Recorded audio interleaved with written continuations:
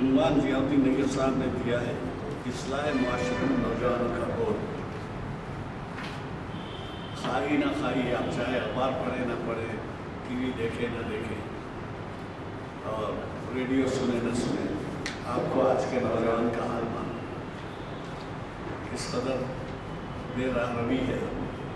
اگر آپ اپنے بچپن کی بات سوچیں تو آج کے بے راہ رو نوجوانوں کی حالت دیکھ کے افسوس ہوتا ہے۔ تو ہمارے آج کے مفتی صاحب نے ہمیں جو عنوان دیا ہے حالات کے اعتبار سے بہت ہی اہم عنوان ہے، کیونکہ انہوں نے اس کا پس منظر ذہن میں رکھتے ہوئے یہ عنوان ہم کو دیا ہے، اور وہ ہے اصلاح معاشرے میں نوجوانوں کا رول۔ یہ جو محفل ہو رہی ہے جامع مسجد عالیہ کے کانفرنس ہال میں، آج بعد نماز عصر 23 اکتوبر 2017 2 صفر 1440 ہجری منعقد ہو رہی ہے، اور جیسے میں نے آپ سے کہا پہلے جناب محمد ضیاءالدین نگیر صاحب سے مجھے کبھی خوف ہے کہ کل کی محفل میں آپ سب وہاں ہمارے ساتھ موجود ہوں گے، کیونکہ ایسا بین الاقوامی اسکالر آپ کو سننے کو مل رہا ہے جس سے دنیا تمام واقف ہے۔ اور عنوان دیکھیں کتنا اہم عنوان ہے۔ عہد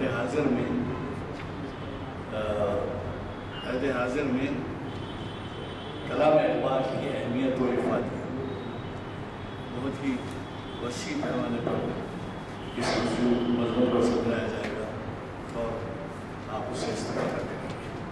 میں ہمارے مفتی صاحب سے گزارش کرتا ہوں کہ وہ شہنشین پر تشریف لائیں اور ہمیں موقع دیں اپنے خیالات سے استفادہ۔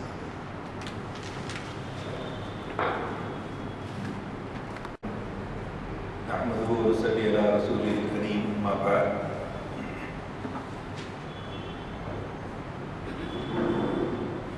محترم غلام یزدانی صاحب، سینئر ایڈوکیٹ، کنوینر محافل، بزرگوں اور دوستوں،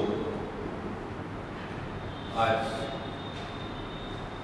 شریعت انفارمیشن سروس کی اس نشست میں جو گفتگو کے لیے عنوان دیا گیا ہے اصلاح معاشرہ میں نوجوانوں کا رول، جیسا کہ ابھی تعارف کرواتے ہوئے محترم یزدانی صاحب نے کہا کہ اس کی بہت ہی اہمیت ہے اس عنوان کی، اور الحمدللہ جتنے بھی ہیں اس میں نوجوان بھی ہیں، جوان بھی ہیں اور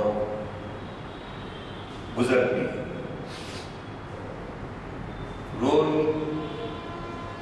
عام طور پہ ہماری گفتگوؤں میں، تبادلہ خیال میں یہ ضرور ذکر ہوتا ہے کہ نئی نسل مغربی تہذیب کی دلدادہ ہوتی جا رہی ہے اور مادہ پرستی، مٹیریلسٹک لائف کی طرف اتنا رجحان زیادہ ہو گیا ہے کہ علامہ الحفیظ WHO ورلڈ ہیلتھ آرگنائزیشن کے اسٹیٹسٹکس کے مطابق یہ ہے کہ 15 سال کی عمر سے لے کے 24 سال کی عمر تک کے لوگوں کو لوگ نوجوان قرار دیتے ہیں۔ 15 سال کی عمر سے 24 سال کی عمر تک، اور ایک سروے کے لحاظ سے یہ بھی ہے کہ more than 50% population of the world نوجوانوں پر مشتمل ہے، نوجوان بڑھ رہے ہیں۔ ہمارا تو عقیدہ ہے اللہ میں جب پیدا کرتے آتے پھر جاتے ہے، لیکن ساتھ ساتھ یہ بھی ہے کہ اسٹیٹسٹکس کے اعتبار سے اب جو ہے میڈیکل اپروچ میں میڈیکل سائنس نے اتنی ترقی کر لی ہے کہ شرح اموات جو ہے کم ہونے جا رہا ہے، اور اس سے تعجب نہیں ہونا چاہیے کہ دنیا کی آبادی کا بیشتر حصہ 50% سے زیادہ نوجوانوں پر مشتمل ہے۔ اور آپ یہ بھی جانتے ہیں کہ آپ دنیا میں جتنے بھی انقلاب ہیں یہ نوجوانوں کی وجہ سے آئے۔ نوجوان ہمارے معاشرے کے اندر اتنی اہمیت کیوں رکھتی ہے کہ جو امنگ ان کے دلوں میں ہوتی ہے جو آرزو ان کے دلوں میں ہوتی ہے، جو عزم میں راسخ آگے بڑھنے کی تمنا اور حوصلہ ہوتا ہے، چاہے وہ کسی میدان میں ہو، زندگی کے دوسرے عمر کے حصوں میں وہ نہیں ہوتا. یعنی روس کا انقلاب آیا، نوجوانوں کی وجہ سے آیا. فرانس کا انقلاب آیا، نوجوانوں کی وجہ سے آیا. مارٹن لوتھر کنگ کا انقلاب آیا، نوجوانوں کی وجہ سے آیا. اور محمد رسول اللہ صلی اللہ علیہ وسلم کا انقلاب ہے. آپ دیکھتے ہیں کہ حضرت اسامہ بن زید کئی بڑے بڑے اکابر صحابہ کی قیادت کر رہے ہیں. اسامہ بن زید غلام زید بن حارث کے بیٹے ہیں، اور ماشاءاللہ ان کو جو ہے یہ نصیب، یہ بات ہو رہی ہے کہ آپ ان کی قیادت کریں. حضور اکرم صلی اللہ علیہ وسلم کا وصال ہوا. وصال ہونے کے بعد لوگوں نے کہا حضرت ابو بکر صدیق سے کہ اسامہ کو بدل دیجئے، نوجوان ہے، تجربہ کار نہیں ہے. تو حضرت ابو بکر صدیق نے کہا جو کام ہمارے آقا محمد رسول اللہ صلی اللہ علیہ وسلم جو نامزد کیے ہیں میں اس میں تبدیلی نہیں کر سکتا. اسی طرح عمار بن یاسر نوجوان تھے. حضرت علی کرم اللہ وجہہ نوجوان تھے جو مشرف اسلام ہوئے، 8 سال کی عمر تھی حضرت علی کی. اور آگے بڑھ گیا تو حضرت مصعب بن عمیر بڑے کر و فر اور بہت ہی فاخرانہ لباس پہنتے تھے، لیکن جب ان کے دل میں اسلام آیا تو انہوں نے سب قیمتی لباس، ان کے کہا جاتا ہے، لکھا گیا ہے کہ ان کے جوتے باہر سے آتے تھے. مصعب بن عمیر تو ویسی شخصیت بدل کر آپ وہ شخصیت ہیں کہ حضور اکرم صلی اللہ علیہ وسلم کی مدینہ ہجرت سے پہلے آپ بھیجے گئے، جا کے وہاں مشرف اسلام ہونے والے انصاریوں کو اسلام کی تعلیم دیں. کون؟ حضرت مصعب بن عمیر. ان کی والدہ سخت ناراض رہتی تھی. ان کی زندگی میں جو تبدیلی آئی، مشرف اسلام ہوئے اور سادگی طبیعت کے اندر آئی تو ماں کا احترام ضرور کرتے تھے، لیکن ماں ناراض رہتی تھی ان سے. اور آگے بڑھیے، محمد بن قاسم صرف 16 سال کا نوجوان. ہمارے پاس انڈر 19 کرکٹ کھیلنے کے لیے بھی ہم لوگ پوچھتے ارے بچے کو اکیلے کیسے بھیجنا بھائی. ہاں ہمارے پاس بچپن سے ہی بچوں میں ایک خوف، ایک ڈر، ایک پروٹیکشن کے طور پر ہم ان کی تربیت میں ڈال دیتے ہیں. تو یہ معاشرے کے اندر انقلاب جو لاتے ہیں وہ نوجوان ہی لاتے ہیں. حضرت آپ سورہ کہف میں پڑھیے، جو انقلاب لائے وہ چند نوجوان تھے. کیوں؟ یہ ادھیڑ عمر کے اور عمر والے لوگ جو ہے ذرا تجربے کار ہوتے، ارے کہاں ہے بھائی، اللہ اللہ کرتے ٹھنڈے ٹھنڈے بیٹھو، ذرا وہ بلبلہ، وہ عمر، وہ جوش، وہ خروش جو نوجوانوں میں ہوتا ہے وہ بزرگوں میں نہیں ہوتا. اسی طرح آپ کے حضرت موسیٰ علیہ السلام کے ساتھ دینے والے لوگ کون تھے؟ نوجوان تھے، بوڑھے نہیں ہیں، معمر لوگ نہیں ہیں. ساتھ آپ کے انقلاب میں بھی نوجوانوں کا حصہ رہا، حضرت موسیٰ کلیم اللہ. تو برادران عزیز، کیونکہ قوتوں، صلاحیتوں، منگوں، جفاکشی اور عزائم کا دوسرا نام نوجوان ہے.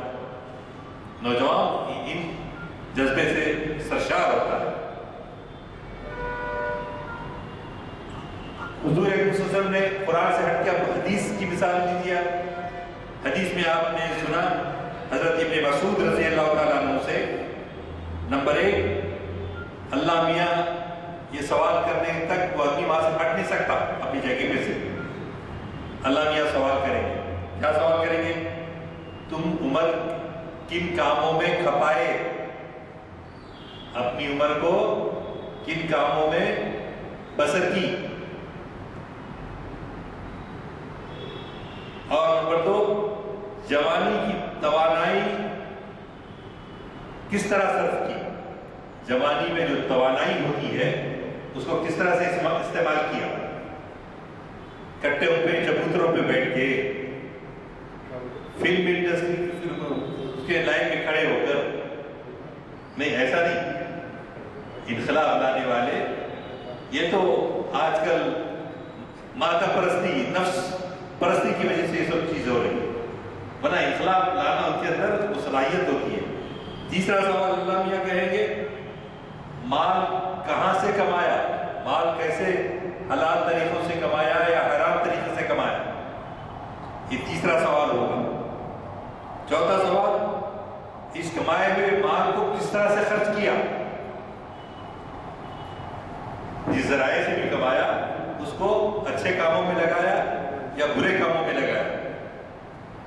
اور پانچواں آخری سوال یہ ہوگا، جو علم حاصل کیا اس پر کہاں تک عمل کیا؟ علم نافع، علم سے مراد ہے کون سا ہے؟ علم نافع، نفع دینے والا علم حاصل کیا، اس پر عمل کہاں تک کیا؟ یہ 5 بنیادی سوالات ہوں گے، ہر انسان سے پوچھا جائے گا.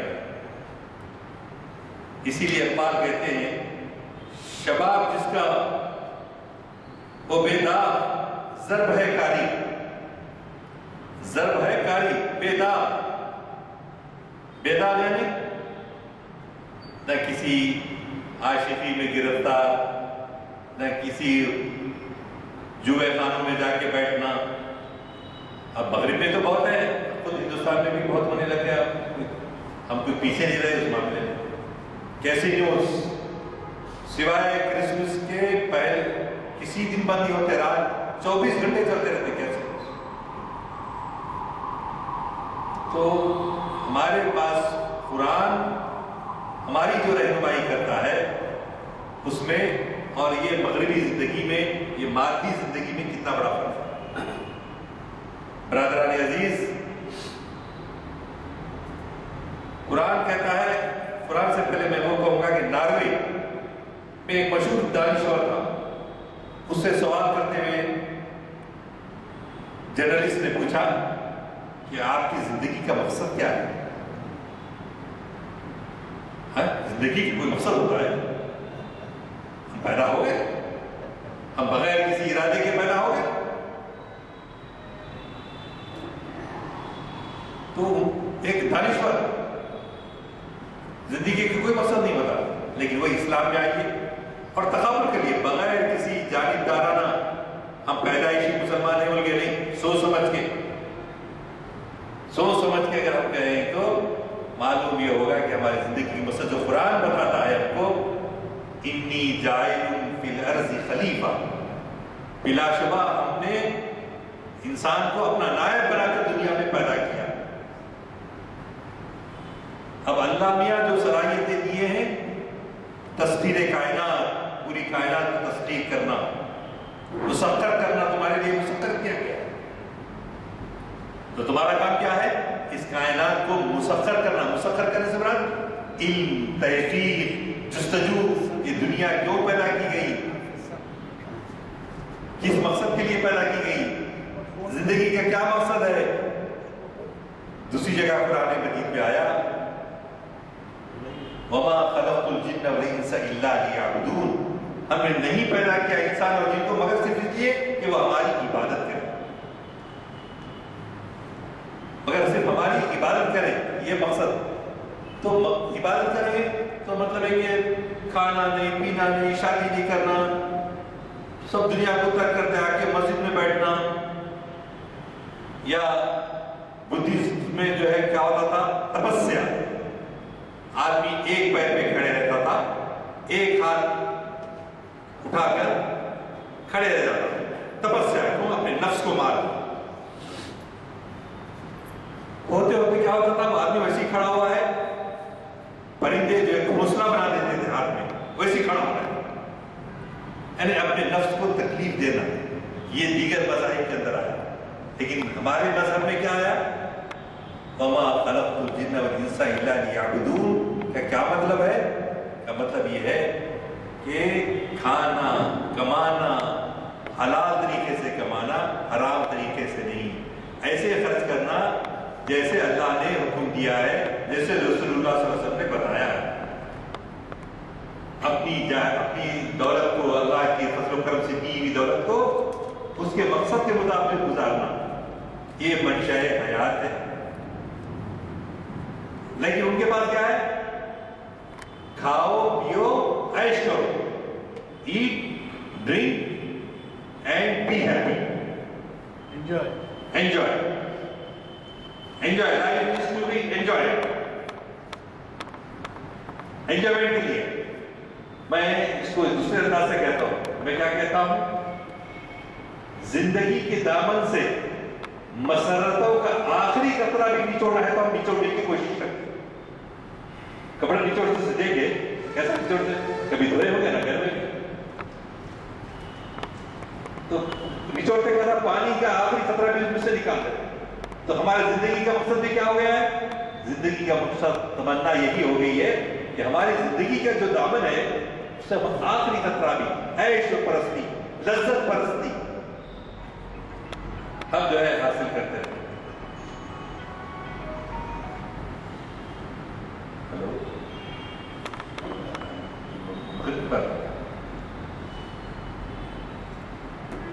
تو عرض کر رہا تھا میں کہ زندگی کا مقصد کیا ہو گیا، صرف عیش پرستی، یہ مقصد ہو گیا۔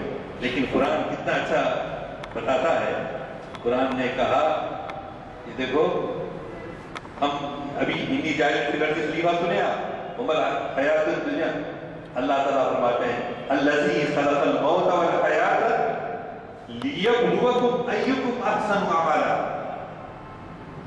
کتنی مارے کی آیت ہے یہ،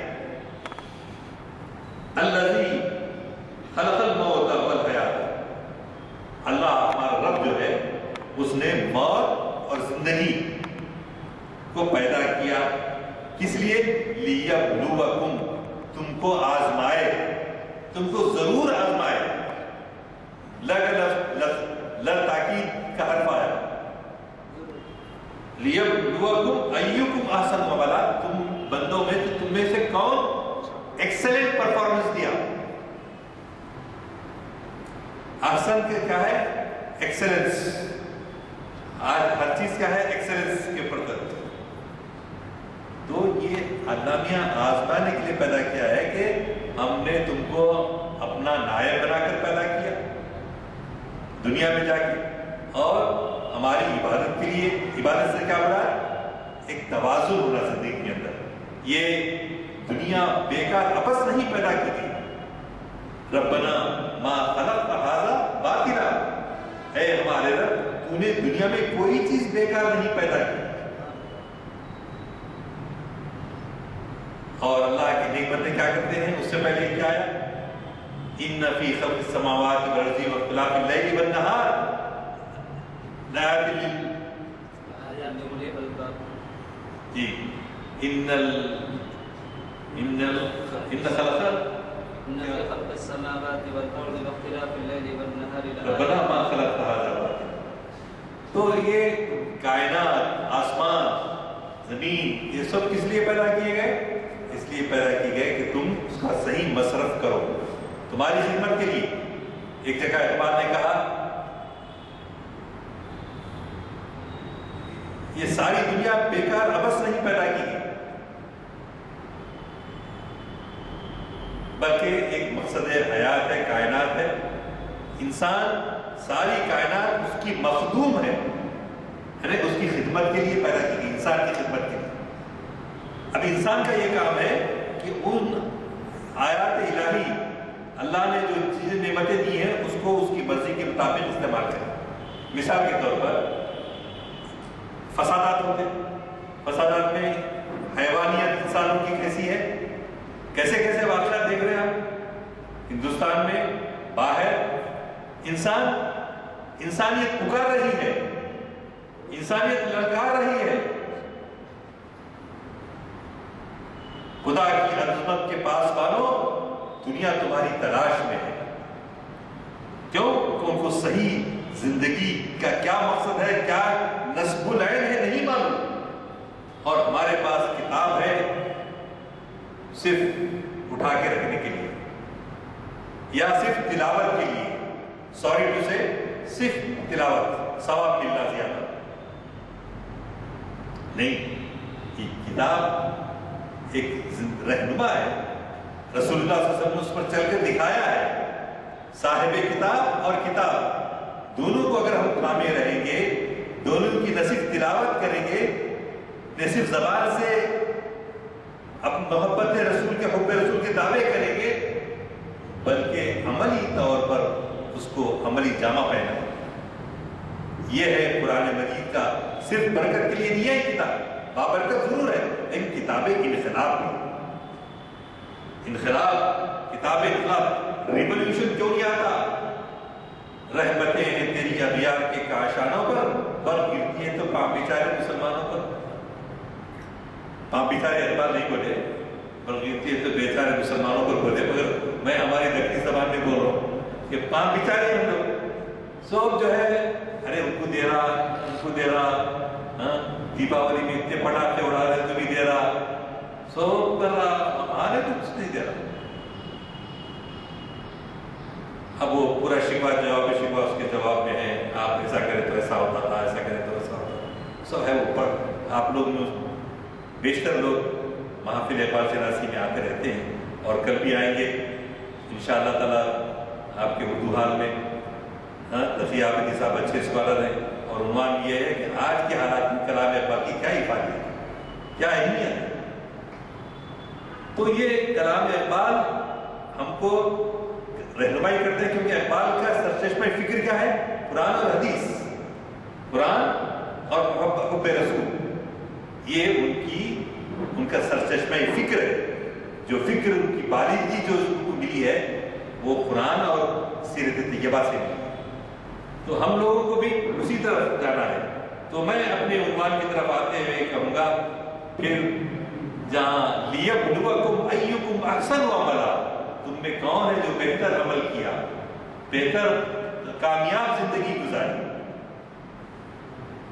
کامیاب زندگی کس کی ہے؟ قد افلح من تزکا، وہ کامیاب ہوا جس نے پاکیزگی اختیار کی، پاکیزہ زندگی گزاری. وہ کامیاب انسان ہے، وہ نوجوان کامیاب نوجوان. لیکن وہ ہے کیا؟ ہمارے سامنے ہمارے نوجوان کو قرآن مجید سے کوئی نسبت نہیں. تھے تو آبا وہ تمہارے ہی، مگر تم کیا ہو؟ ہاتھ پر ہاتھ دھرے منتظر فردا. تو برادران عزیز، قرآن اور حدیث سیرت طیبہ دونوں کو لے کر ہمارے نوجوان اپنی زندگی کا صحیح مقصد کیا ہے، اس کو کیسے اچیو کیا جا سکتا ہے، وہ ہمارے پاس محفوظ ہے. ہم ضرور اس بات کا اقرار کرتے ہیں، لیکن عملاً نہ ہم اس پہ عمل کرتے، نہ ہم لوگوں کو ترغیب دیتے، نہ لوگوں کو آج کرنے کا ایک ہی کام ہے مسلمانوں کے لیے، وہ ہے دین کا علم اچھی طرح حاصل کرنا اور اوروں تک پہنچانا. ہم سے سوال کیا جائے گا تو تیلگو بھاشا میں بولنے والے 88% تھے تلنگانے میں، آندھرا میں، تو نے یہ دین ان تک کیوں نہیں پہنچایا؟ نہیں، میں تیلگو نہیں آتی تھی. کون روکا تھا تیلگو سیکھنے سے؟ ہمارے سے سوال ہوگا، ہم سے سوال ہوگا. ہمارے پاس ان کی زبان، وہ بھیڑیا زبان، کوئی زبان بھیڑیا نہیں ہوتی. انگلش میں آج قرآن پاک، حدیث، سیرت طیبہ، پورا علوم دین جو ہے سب موجود ہے. ہم رکاوٹ بنے ہوئے ہیں، کیوں؟ ہم سیکھ نہیں رہے.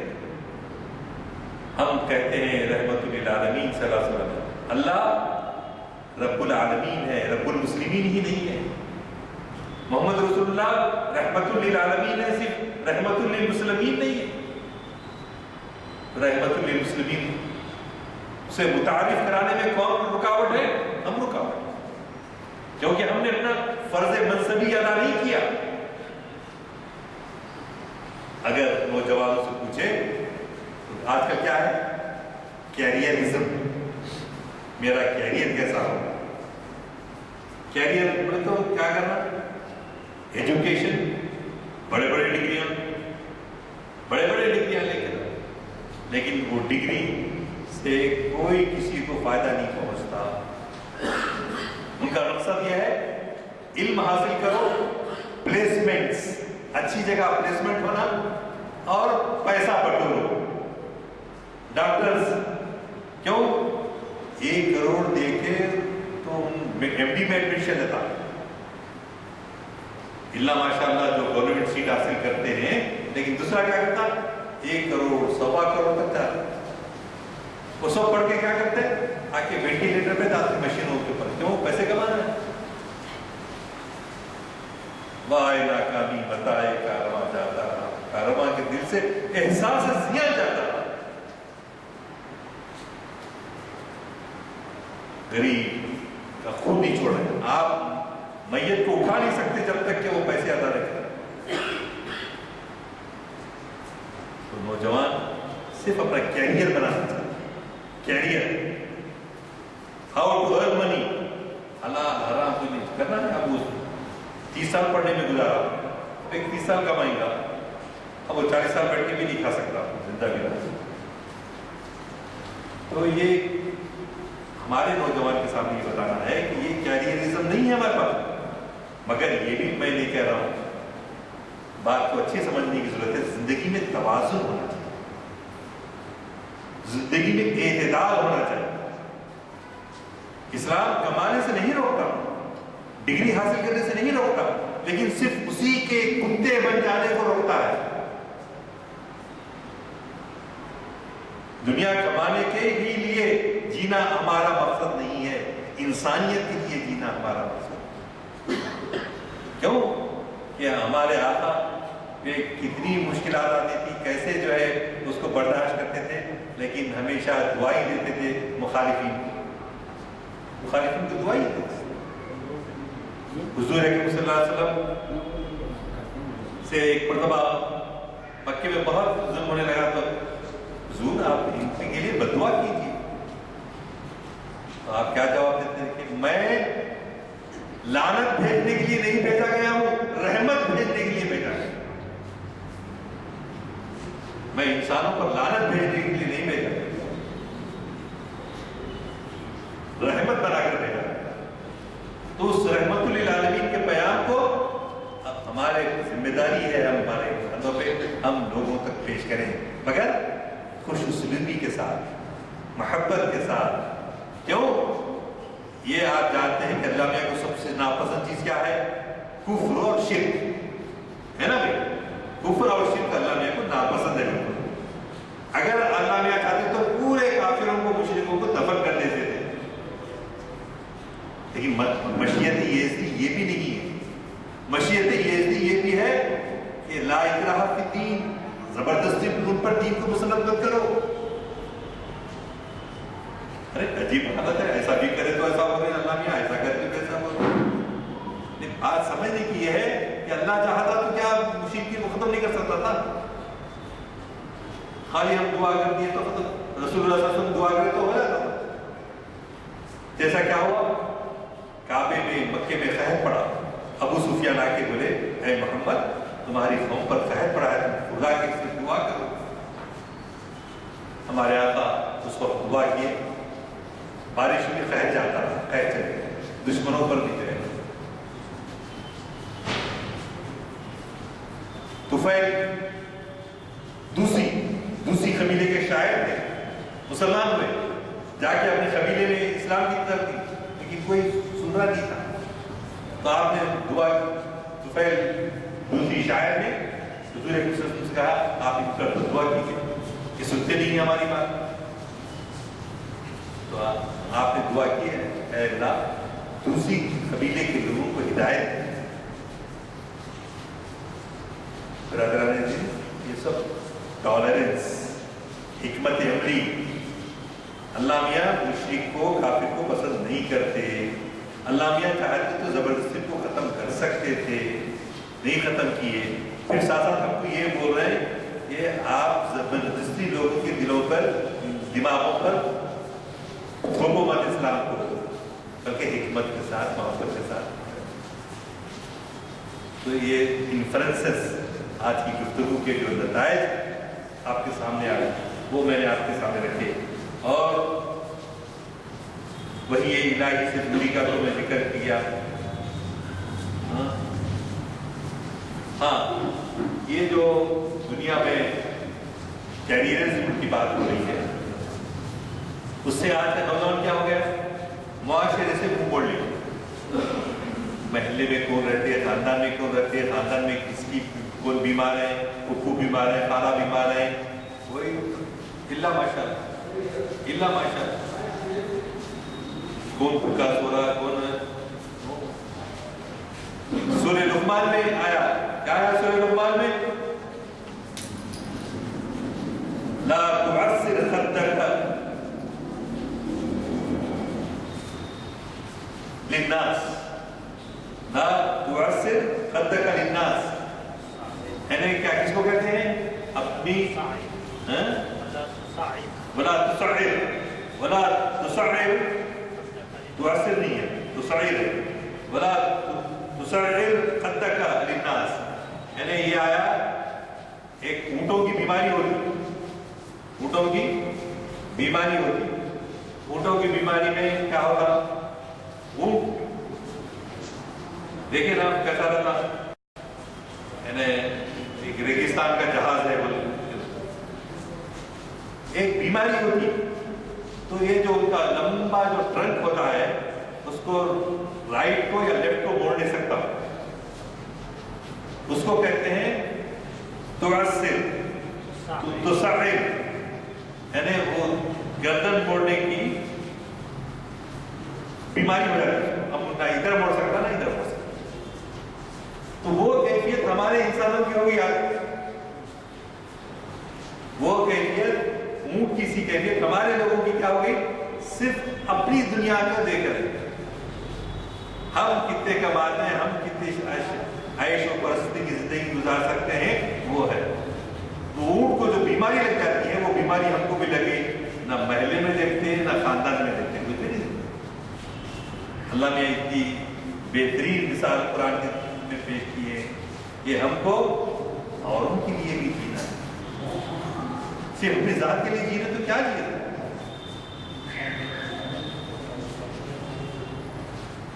حکمت ملکوتی،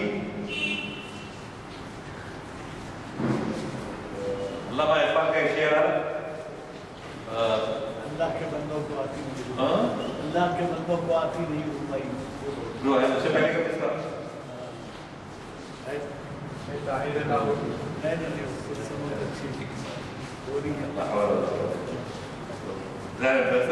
تو وہ اگر انسان اپنے لیے جی رہا ہے تو کیا جی رہا ہے؟ یہ رات کی عبادتیں، رات میں علامہ کہتے ہیں وہ شعر کے اندر تشریح ہے اس کی کہ آپ تہجد پڑھتے ہیں، نماز پڑھتے ہیں، بہت اچھا کرتے ہیں، الحمدللہ، اللہ کا شکر ہے، لیکن یہ کرنے کے بعد اگر حرم کے درد کا درما نہیں تو کچھ بھی نہیں۔ اس بات کو سمجھیے کہ اقبال نے جو بڑی بات ہے، بہت بڑی بات، یہ سب ہے اپنی ذات کے لیے، اگر ہے دوسروں کے لیے نہیں ہے، خاندان والوں کے لیے، انسانوں کے لیے نہیں ہے، تو تیرا یہ جینا کس بات کا جینا؟ حرم کے درد کا درما نہیں تو کچھ بھی نہیں۔ حرم بولے تو ہم سب حرم، جتنے مسلمان ہیں سب حرم، حرم کے درد کا درما نہیں تو کچھ بھی۔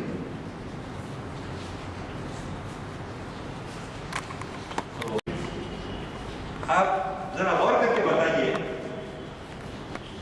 فزیکلی وہ تو مر گئے، ماں مر گئے یا باپ مر گئے، لیکن جن کے ماں باپ فزیکلی حیات میں زندہ ہیں انہوں اپنے بچوں کو دیکھ رہے ہیں، انہوں بھی کیا ہے، وہ بھی معنوں میں یتیم ہے بچے، وہ کیوں ان کے باپ گزرے نا، باپ گزرے ہے دونوں زندہ، لیکن بچوں کو نہ ٹوکتے نہ سیدھے راستے پہ لاتے، راتوں کی زندگی میں ادھر ادھر ڈھونڈتے.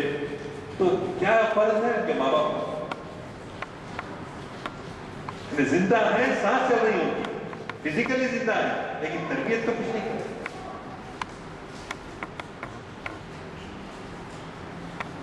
اور ایک آخری پہلو میں بتاؤں تو تاریخ اسلام سے ناواقفیت نوجوانوں کے ہمارے جو کمزوریاں ہیں اس میں یہ ہے کہ ہم تاریخ اسلام سے ناواقف.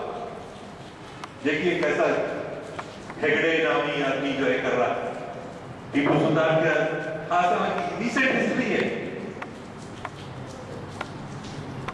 اب ان پہ الزام لگا رہا، عورتوں کو ایسا کیے، وہ اپنی زبان کو تھوپنے کی کوشش کیے، فلاں کیے، احسان فراموش. حالانکہ کیا تھا، وہ لوگ کپڑا پہننے کا حوصلہ نہیں تھا ان کے پاس.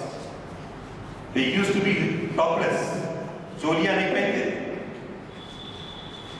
لیکن ہمارے ٹیپو سلطان حیدر علی نے ان کو کپڑا پہننا سکھایا، انسانیت سکھائی، حیا سکھائی. آج صرف نفرت کی بنیاد پر ہم سے جو ہے یہ کہہ رہے کہ ٹیپو سلطان ایسا تھا ویسا. حالانکہ انگریز جس دن ٹیپو سلطان شہید ہوئے ہیں اس نے اعلان کیا کہ آج ہندوستان ہمارا. تو ہمارے نوجوان اگر اپنی تاریخ سے ناواقف رہیں، نئے نئے تاریخ لکھ کے پیش کیے جائیں گے تو کیا ہوں گے؟ احساس ندامت، ارے ہمارے بابا اجداد تو جو ہے یہاں عیش و عشرت کرے، عیاشی کرے، لوٹے، مندروں کو لوٹے، فلاں کرے، یہ کرے وہ کرے. ہم کو اب دب کے رہنا چاہیے. احساس ندامت کیا کرے گا؟ احساس کمتری پیدا کرے گا. تو برادران عزیز، ہماری دو حیثیت، ایک حیثیت تو ہماری کیا ہے، ہم سب آپس میں بھائی بھائی ہیں ایمان کے وجہ سے. المؤمنون اخوہ، انما المؤمنون اخوہ، بلا شبہ سارے مسلمان کیا ہیں؟ آپس میں بھائی بھائی. ایک تو درجہ یہ ہے. ایک دوسرا درجہ کیا ہے؟ ہر نکاح کے خطبے میں سنتے ہیں، شادی میں جاتے نا بھائی بہت ہم لوگ، نکاح میں کیا سنتے؟ سورہ نساء کی پہلی آیت، یا ایھا الناس اتقوا ربکم الذی خلقکم من نفس واحدہ وخلق منها زوجها وبث منهما رجالا کثیرا ونساء. کیا ہے؟ ایک آدم اور حوا سے سارے انسان پیدا کیے. بنیادی طور پر ہم سب انسان بھائی بھائی ہیں. ایک درجے. دوسرے درجے میں کیا ہے؟ مومن جو ہو، ایمان جو ہے وہ درجہ ہے. تو لیکن دونوں کی حیثیت سے ہماری بڑی ذمہ داری ہے.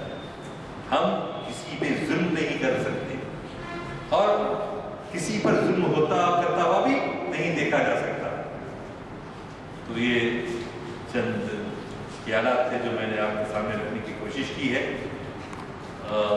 اگر اس کو یاد رکھیں، اس کے نتائج کو جو گفتگو میں نے کی ہے، انشاءاللہ میں سمجھتا ہوں ہمارے نوجوان ہماری ملت کا اثاثہ ہے، اور انشاءاللہ وہ دن دور نہیں، یہ چمن معمور ہوگا نغمہ توحید سے. وآخر دعوانا الحمدللہ. ابتدائے مخاطبت میں آپ نے فرمایا کہ نوجوان کی تعریف کیا ہے، جوان کی تعریف کیا ہے. اور میں نے وقت کے طور پر جو اصول مرتب کیا گیا ہے وہ یہ تسلیم کیا گیا ہے، وہ 15 سال سے 25 سال